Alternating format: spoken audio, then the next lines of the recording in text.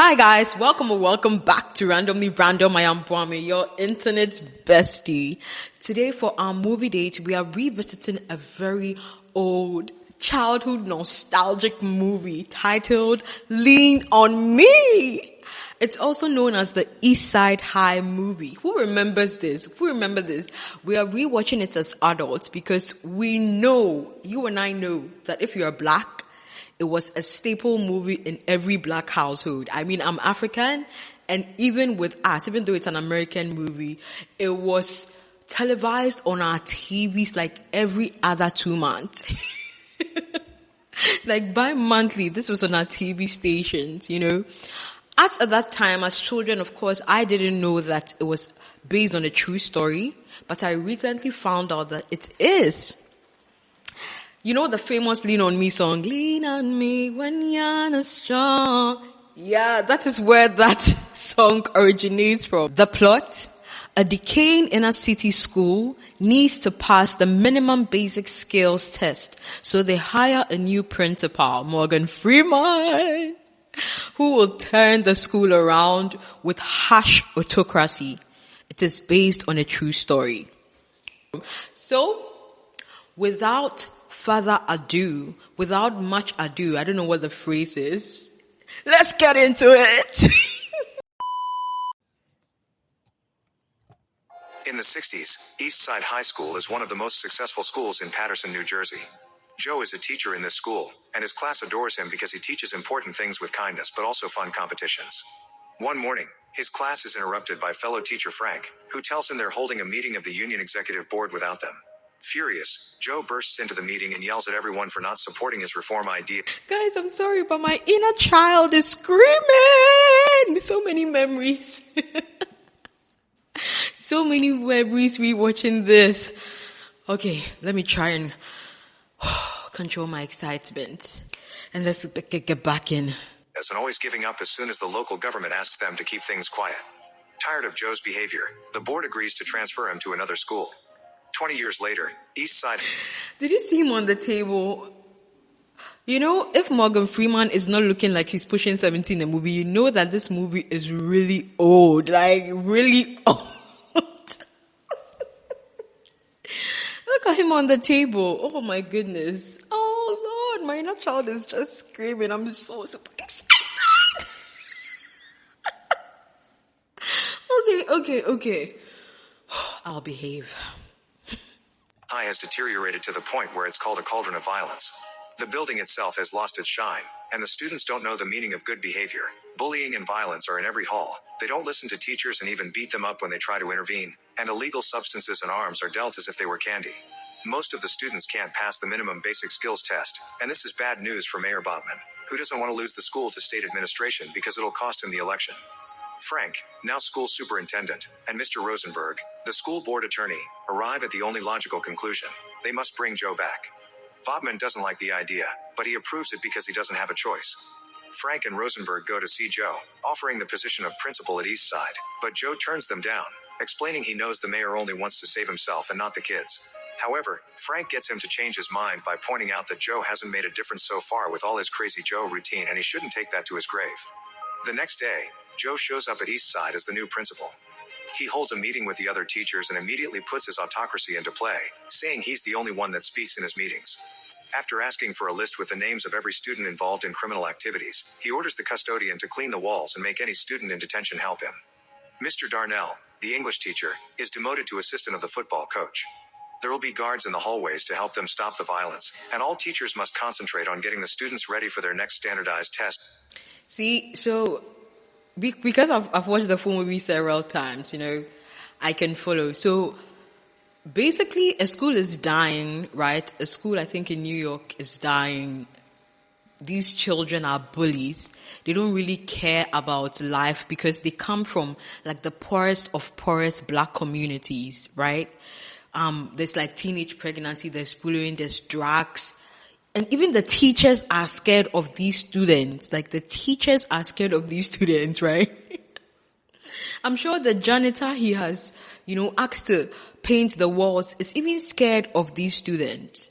And so it sort of gives some more context as to like their expressions and all of that as they are in this meeting, because they don't even think that he can save the school, right? And of course, because he's a new principal coming in with the new rules, right? I'm sure they've seen this before. And so in their minds, they're like, oh, what he's doing won't work. What haven't we seen before? You know, whenever somebody comes in and is trying to push change, sometimes there's a lot of backlash before there's acceptance, right? Because a lot of people may have come in and tried to impact change, you know, but it didn't work, right? And so he coming in and giving them instructions, right? Demoting that English teacher to a football coach and all of that is very monumental, right? Because there will be pushback. But in the end, let me not spoil it, but we will see what happens in the end. So let's continue and see what happens. Because the school needs 75% of approval, and last time they did less than 40. Next, Joe calls for a school assembly, where all the troublemakers from the list are put on stage. When Joe comes over, he bumps into Kanisha, who is happy to see him because he used to be her elementary school principal. Aww. Joe gets on the stage and asks for silence, but nobody pays attention to him. And Wait, this recap. How did he used to be her elementary school teacher? He was fired from the school board for 20 years. That means, is she over 20? Anyway. Maybe he was fired from that school board, but went to teach somewhere else, because the people that went to offer him a job as the principal, they went to see him in a school, right? Look, we can't go back. Let's only move forward. Makers laugh when he asks them to sing the school song. Seeing them as incorrigible, Joe decides to expel all the troublemakers, promising the rest of the kids that nobody will bother them anymore. Security takes all the students off the... Guys, look on this stage. All these people are school bullies. All of these people on the stage are school bullies. Wow. Can you survive in a school with these number of bullies? And see the disruption, see the chaos. That shows how indisciplined these children are, right? That shows why the teachers are scared of them, right? That shows why there's so much painting on the wall. There's so much, they do whatever they want to do, because there has been no principal to bring in structure, to bring in discipline. And this is what this man, our savior Morgan Freeman, is gonna do, okay? Just stay with me. Stage, and this is enough to make everyone else calm down, especially when Joe tells them they could be next if they don't study hard. In the afternoon, Joe has a meeting with all the parents. Liana, the mother of one of the expelled kids, is furious about what happened, and many parents support her. But Joe doesn't give in and offers a speech about a few bad apples spoiling the entire basket. He explains he expelled 300 kids to save 2,700 and that he promised God he would save the school. This speech earns him the... 300. I'm sorry. If I were a parent, I'm not, and I'm nowhere near getting to be a parent, but if I were a parent, right, and 300 bullies were expelled from my child's school, trust me, I am giving this man a standing ovation. I am not fighting for the bullies to come back like this parent is. And one thing about, the children that you must know in this movie is that most of them had parents that did not necessarily care about them, right? There were most of them that, some of their parents did not know where they were after school. Some of their parents did not even care if they went to school or not. That shows the abject poverty that these children are in or were in, whatever the case may be. Let's continue. Support of almost every parent, but Liana stays angry. The following day, Joe comes to school to find a kid waiting for him. Sams was expelled and now tries to tell Joe he made a mistake because he didn't do anything, but Joe knows he's lying and takes him to the roof with him. He calls Sams a coward for not telling his parents he was expelled and tells him consuming those illegal substances will kill him. So if he wants to die this badly, he should jump. Sams obviously refuses and promises he'll do better, and Joe accepts to give him a second chance, but if he messes up again, he'll be out for good. During lunch, Joe goes from table to table hearing... Guys, see? One of the bullies came back to apologize. And what? He has been accepted back into the school. That's all it takes sometimes. I feel like if most of them came back and just tried to show genuine regret, genuine remorse, they would have been accepted. That's all this man needed. A changed heart, a willing heart to relearn certain things, right? This guy came back and he has been accepted back. He's no longer expelled. Sometimes that's all it takes. Going back to say, I'm sorry. I would do better. I would try again. I'm remorseful. I regret what I did. You know, because when the guy came, he actually did not, like he was lying, right? But Principal Joe gave him a lesson, and then it led him to think and actually become remorseful. And what happened? In the end, he has been accepted back into the school. Sometimes it only takes, I'm sorry. What the students have to say and offering some advice. He's happy to see Ray is wearing a suit, which sets an excellent example, unlike Sam's and his friends who dress sloppily. When he notices them bothering a girl, Joe makes them stand up and calls out their clothes choice in front of everyone, then asks them to sing the school song. He also reminds the entire room that nobody should move during the school song. This is a pivotal part of the movie. Pick up some trash, The school song. Joe sends him to his office. The boys don't know the lyrics anyway, causing Joe to give them detention and inform everyone that from now on, they all should be ready to sing the school song on command or there will be consequences. Afterward, Joe goes to see the music teacher Elliot. So many beautiful things are going to come out of this. But you know the funny thing? Like, it shows how much the teachers there are scared of them or didn't also necessarily care about them just like their parents. Because think about it. Every school you went to, one of the first things you learn is the school song. Like during orientation. Am I joking here? Am I lying? When I think back to primary or elementary school, when I think back to even kindergarten, nursery school, when I think back to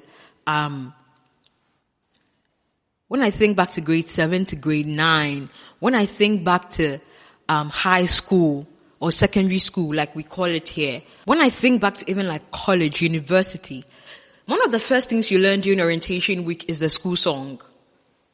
So the fact that these people are years into the school and they don't know the school song, it really shows that even within their first week of orientation, nobody paid attention to them or they couldn't care enough to learn, you know. To them, school was just, school. It was nothing more, right? Tell her about the new rule. Elliot accepts it, but she'll teach the school song after they're done training for an incoming choir concert in New York. The kids are practicing Mozart, and Elliot would like their work to be respected. She calls out Joe, saying he doesn't like other adults standing up to him, and Joe reacts by firing her and canceling the concert so the students can concentrate on the incoming test. From now on, the pianist Mrs. Powers will be in charge of the music class. Afterward, during his Mrs. meeting with Darnell, Powers. Joe I gets love called that out name. again. Darnell thinks he's being treated as trash and wants the principal to remember these are his students as well. This ends up with Darnell getting suspended. Vice Principal Joan tries to make Joe see reason, explaining Darnell is more than just a coach and that nobody understands what Joe is doing, but Joe responds that's exactly how he likes it. The day of the practice test comes. I felt like that was one part of his strategy that was wrong though, but he will learn as time goes on, right? You know, you need to explain your vision and make it plain so that all who see it will run with it, right? For example, you can't be an employer or a CEO of a company and then your employees don't really know what your aim is, what your mission is, what your vision for the company is, right? Because knowing the vision, seeing the vision plainly, making it plain to them, explaining it to them, explaining where you want to get to, where you want to be, where you've come from and why, the whys of what you do or the whys of why guys ignore. Wow, today's a noisy day in my area, but yeah, whatever. It's really a noisy day in my neighborhood.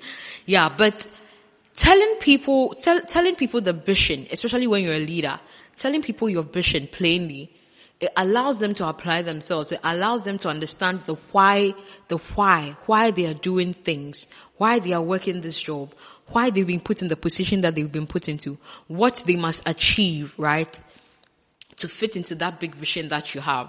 And so that is actually one thing that I felt like he didn't do well in the beginning, right? And I also understand why he didn't want to tell them, because most of the teachers were like naysayers. Most of the teachers did not really care about, like, let's say the student. Most of the teachers were scared of the students themselves and things like that. And so maybe he just wanted to, you know, figure it out for a few days before he involved the teachers and all of that. And we can see that he started, like, going to the music teacher, making Danielle, like, the assistant coach and all of that.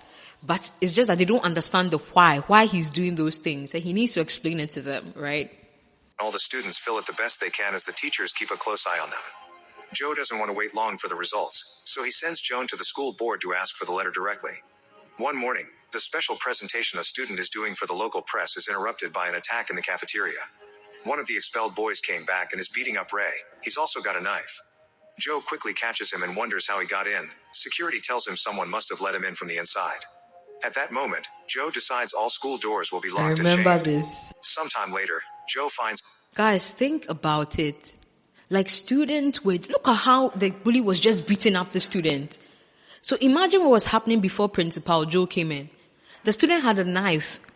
Like, look at the seriousness of the situation. These children were in fact like criminals before they were even legal. Right? Whew. Sometimes abject poverty is not it at all. Kanisha feeling upset. She's a smart girl, but her grades haven't been good since she lost a place to live because her mother doesn't want her. Determined to help, Joe takes Joan to see Kanisha's mother at her home. The mother explains she had Kanisha when she was a teenager, so she had to drop her normal life to work. It looks like this. Nowadays, she's trying to get clean, but that puts her in an awful state of mind. That's why she thought it would be better to send Kanisha with child services, but she never stopped wanting her around or loving her. Joe promises to help her find a better job and a nicer place to live as long as she takes Kanisha back and helps her stay concentrated on her studies. The news of the chained doors reaches the newspapers, and Liana takes the chance to take the complaint to the school board. Frank scolds Joe for behaving this crazy, mentioning that Liana is organizing a group to remove him and the fire chief. See, this principal cared deeply about the student so much that, like, he even went a step further to see one of the parents. And we'll see it happen more often. Like, some people never have that, like their principal or teacher visiting their parents to check on their well-being, like all these things. And that is actually supposed to happen more often than not, but it doesn't, right? Plus, remember that he knows her. He knows Kanisha because he was her teacher when she was a child, right? In elementary school. So there's also like a deep connection there. Yeah. Is on her side. He thinks Joe is alienating everyone like he did with his wife, so now he'll write an apology letter to Elliot and Darnell, because if Joe wants to be respected as an authority, he should start by respecting authority as well. Darnell is reinstated, but the problems aren't over yet. The fire chief shows up at the school with the press, so Joe gets him to leave while threatening him with a bat. Joan tries to express her concerns over this attitude, but as usual, she's ignored. This man is a fighter, but I love that his friend brought him back, you know. If you want people to support you in what you're trying to do, you don't need to alienate them. You don't need to alienate the teachers. You know, you don't need to keep secrets from them or try to work as one man because you are not the only person who can bring change. It takes a unit. Like this change you're trying to make is big, it's huge, right? And for you to make long-lasting impact, you need people. I think there's this saying that if you want to go far or something, I've forgotten, like if you want to do well, go alone. If you want to go far, go with others. I may be wrong, but like I'm misquoting the quote, but it's something within those lines, right? And that is a perfect example of what is happening here. He needs to involve the teachers. He needs to make them understand his why. He needs to tell them of his plans. What are his plans for the schools? Where does he want to see the school grow to? You know, I know he told them that he wants the school to do well because they were failing their basic minimum test and all that. When the pass mark was 75, the school for years was at 40%, most of the students, right? But that's not it. Clearly, he has a bigger vision, and so he needs to involve them and not alienate them, right? To Joe's disappointment, the next time he sees Ray is when the boy comes to say goodbye because he can't stay in this school anymore. Later, Joe finds Sam's and his friends goofing around in the bathroom. He makes them sing the school song and is shocked to hear a beautiful rendition done in the style of the church choir. The boys admit it was Powers that taught them this, so Joe goes to see her to congratulate her and ask her to teach everyone this version of the song from now on. The results of the practice test arrive and Joe is disappointed to see they only scored 33%. He calls all the teachers to the gym and tells them their inefficiency is to blame for these. I mean, they've gone even lower than the 40% that they used to get. What? Now they are 33%. Woo, okay. Or results, so they have to work harder. Joe wants to start a tutoring program and an extra course on remedial reading on Saturdays, but a teacher points out it's hard to make the kids come on weekends. His plan is that they'll go to every student's house and talk to their parents to get them involved, perhaps even invite them to come too if they don't know how to And read. a number of teachers in the school. Following weeks, teachers Wow. and students work hard to get ready for the test, and Joe's is And you know the funny thing, I'm not sure the teachers were being paid enough for this. Like to be in a school where students were beating people up and bringing knives to school and bullying other people. Like I don't think the teachers were even being paid enough to handle these students, right? And so I'm sure that most of these teachers are here, as is normal in most cases, because of their passion for teaching. Not necessarily because of how much they are paid, because man, I would say to myself, I wouldn't have stayed that long in that school. See the students that left. That was actually a wise decision. You have to do what's best for you, bruh. involved with his students as possible. This is still not enough for Liana, who together with the fire this one chief used goes to to talk annoy me. directly to Botman. Frank and Rosenberg try to defend Joe, but Botman kicks them out of the meeting and reaches an agreement with Liana so she doesn't convince the town not to vote for him. Botman will get Joe fired, and Liana will gather people's support for his campaign.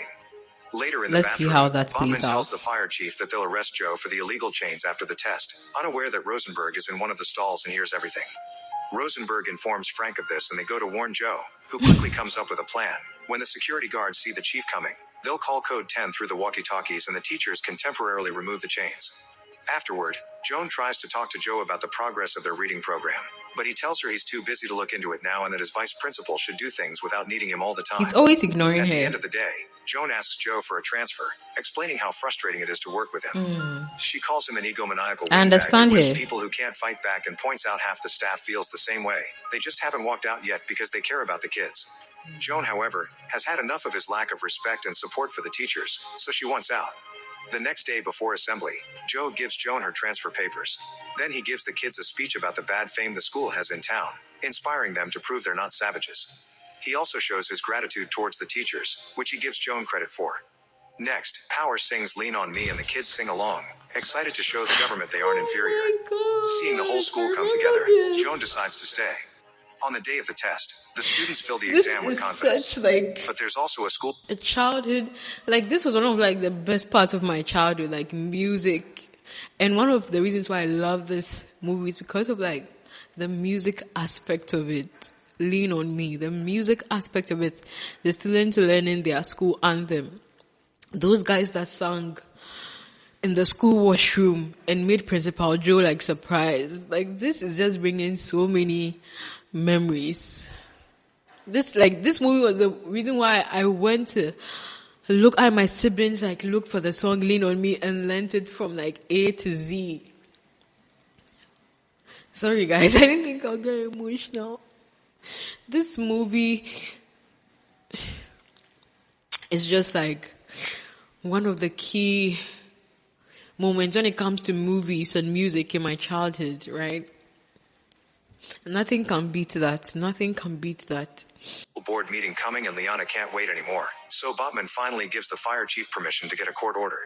Meanwhile at school, Kanisha discovers she's pregnant, but her boyfriend doesn't believe he's the father even if she swears he's the only boy she's been with. Joe offers his support and promises they'll find some other alternatives, but their conversation is interrupted by a guard announcing the arrival of the fire chief with Liana and reporters. Calling code 10, Joe tries to get the chains removed, but the chief is ready and has a recording of this code, so Joe gets arrested for violating the fire code, leaving Joe. You know what I didn't like about it is that the lady who was pushing the fire chief to come arrest Joe and stop him because he locked all the school doors didn't consider, she was doing it out of bitterness because her child was expelled, and it's funny that she didn't put that sort of attention, that much energy into her child. If she spent that much time investing in her child, maybe her child wouldn't be a bully, a disgusting person, and wouldn't have ended up being expelled. But anyway, that's another conversation for another day. But one thing that you're forgetting is that he chained all the doors of the school because he did it for the greater good of all the other students. A former bully who was expelled managed to get into the school, beat up a child, like literally beat up a child to pulp, punch him, left him with a bloody face, and pulled out a knife on a principal. That is the main issue here. If anything, that student should be in prison or should be in juvenile prison, whatever it's called. That is the main thing here. Why are they not focused on that? That some child came back in to beat up another child and pulled a knife on a principal. And that because of that, for safety and security measures, the school doors were chained for the protection and greater good of the rest of the other children. Because if this one bitter bully could come back, several of them could gang up. You remember that 300 bullies were expelled. 300 bullies were expelled. Imagine if the 300 of them decided to gang up together, come back with knives, and kill all the students in the school and beat up the teachers and things like that. What would they say? What would the school board now say? So I don't get why the fire chief is so supportive of this woman that is trying to take this principal that is working to rebuild a school down. Just because he took safety and security measures for the better good, the greater good of other students, other more serious and more disciplined students in the school. I really don't get it. In charge. That night, the school board holds a meeting. Frank tries to defend Joe's work, but Liana points out the school only got 33% during the practice test, meaning Joe actually failed at his work. Yes, the school got 33% because of your child, one of your children. I mean, most of the time, before things get better, they get worse, right? Oh, Lord. Meeting is suddenly interrupted when every single student shows up demanding Joe be released. Bobman knows it'll look bad if they fire a man with such support, so he talks to Joe, asking him to tell the students to leave. That shows his when impact. Joe refuses, Bobman pulls out the big guns and explains. With the little time he's had with the school, the students, the teachers, look at them behind him. That shows his impact. Guys, I would really encourage you to go watch the full movie. Like, this recap, this narration doesn't even do it justice. Like, watch the full movie. And if you're like me, if you're a black kid like me, or any color, whatever, and this movie, you remember this movie from your childhood, watching this movie in your childhood, if this movie was like a staple in your house, please comment below, like, share one thing you loved about this movie or one memory you have associated with this movie. Maybe you watched it with someone, maybe you watched it with your siblings, I don't know, maybe you acted it out in a school play, I don't know, but, I remember I and my siblings like always singing Lean on Me and trying to learn the lyrics. Like, no matter how many times this movie came up on our TVs, we watched it. We watched it from A to Z. Like, we didn't care how many times we've watched it. Maybe it's also because this was one of the only movies that was always shown on TV, you know. I mean, we didn't have much television shows airing as at that time. And I think at that time, there were only like 3 TV channels in my country or something. There were only like 3 TV channels at that time. I'm like, oh my gosh. Only like 3 or 4 TV channels existed in my country. And so that TV station just used to like show the same movies, right? But on a roster. Wow, memories. Childhood nostalgia and memories. The cops are getting ready outside. If the students riot, things may get Look violent. at the number of students that Joe showed up. accepts to talk to them, but only for the sake of their safety, not because he thinks they're doing anything wrong. When he comes out, Liana is talking to the kids, but she's only getting insulted and reminded of all the things Joe did for the school. He's touched when he hears them call him a father, but he's still worried about the police, so Joe takes over and reminds them to respect the law. His speech is suddenly interrupted. Guys, think about it. Even at this time, he was scared of what the police would do to black kids. Like, not to make this a race thing, right? But even at that time, he came out to talk to them because of their safety. Look at what the narrator said. Because of the police, he came out to talk to them. He was basically scared for their lives or what will happen if they continue to stay there as black kids. Wow. By Joan, who brings the results of the tests with excellent news. The school has passed. As everyone celebrates, Joe tells Bobman that he and the state can go to hell. Joe gets to keep his job, and the students end the night singing the school song. When time comes for seniors to graduate, Joe gives out the diplomas with caring words tailored for each student. Make sure to You, subscribe and turn every on student. notifications Oh my so you can goodness. watch more videos like. I'm telling you, if some of us or most of us had loving teachers like this, had teachers that cared about us like this, right? Like, a lot of people would be like father in life. I don't know how to explain it, but wow. This movie is always like a tearjerker. It's always like a beautiful movie to watch to while away time. It's always a beautiful movie to like reminisce on.